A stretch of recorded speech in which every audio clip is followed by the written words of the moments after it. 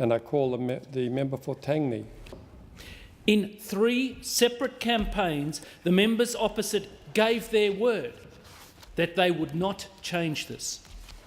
It took 3 goes before the electorate was willing to swallow that one, and now they're finally seeing the true value of Labor's word.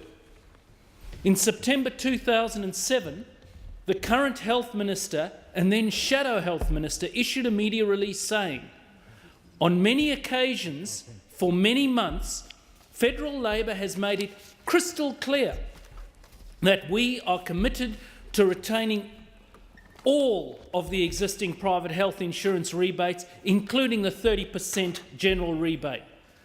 The Liberals, she added, continue to try to scare people into thinking Labor will take away the rebates. This is absolutely untrue. Yes, you were crystal clear, Minister. You clearly misled the Australian people. We weren't trying to scare anyone. We saw through your spin and warned the public that you couldn't be trusted. And we were right. The members opposite have for years been telling Australia they would not change their private health insurance rebate system. And with the paint barely dry on their new parking bays after taking government, they're trying to break that promise.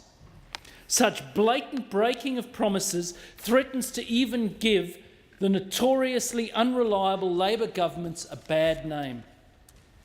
So why are members opposite so set on stripping the rebates from so many of the working families they so assiduously courted in the election campaign? The ones the Prime Minister was referring to more than 20 times per speech on occasion as he laid the foundations for a government of broken promises. You can just see the Prime Minister and the Treasurer and the rest of the champagne-set socialists sitting around ahead of the budget pondering how to polish up the figures given the mess they made of responding to the global financial crisis. Here's a great idea, they said as they swilled their Chardonnays. Let's cut private health insurance rebate and we'll make out it's going to hit rich Liberal types. The battlers will like that. The working families will lap it up. Well, they were wrong. My electorate is full of working families. Nearly 3/4 of them, 74% of all voters in my electorate of Tangney have private health insurance. The vast majority are not wealthy people.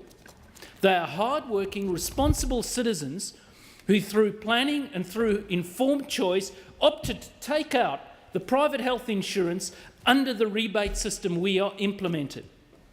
Unlike the Prime Minister, I know these working families well. I deal with them every day as a Member of Parliament. I live in their community. Our children go to school together.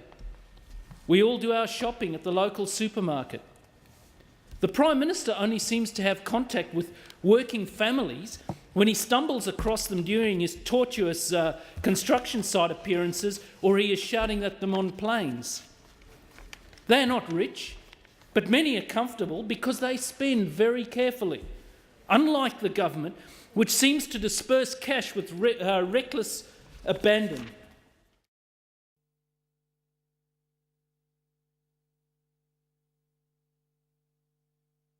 The member for Tangney. Rewind a couple of years to the then opposition leader's opinion piece lashing John Howard and his government for unrestrained market capitalism. He did this by outlining a totally laissez-faire economic picture and then saying that this is the Howard government's modus operandi. I suspect that may be because he thought that's all that John Howard and Peter Costello had done for 10 years. Sat back, feet on the desk, and watched the taxpayers' dollars roll in. A bit like a kid watching Dad driving and thinking that all you had to do was turn the steering wheel occasionally. How envious that must have made him. Howard and Costello had it so easy. This is a manifestly ridiculous view. It was the policies of Reagan, Bush, Thatcher, Howard and Costello which created their wealth. It was the social capitalism of the Democrats in the US which laid the foundations of the current crisis. Let's take industrial relations. The coalition somehow deregulated by centralising it. Interesting. We should remember that it's never enough for Labor to win elections. They must traduce coalition track records, demonise their leaders, and demolish the structures put in place for a successful country. The Prime Minister still likes to portray anyone to his right as robber barons who still send children down coal mines.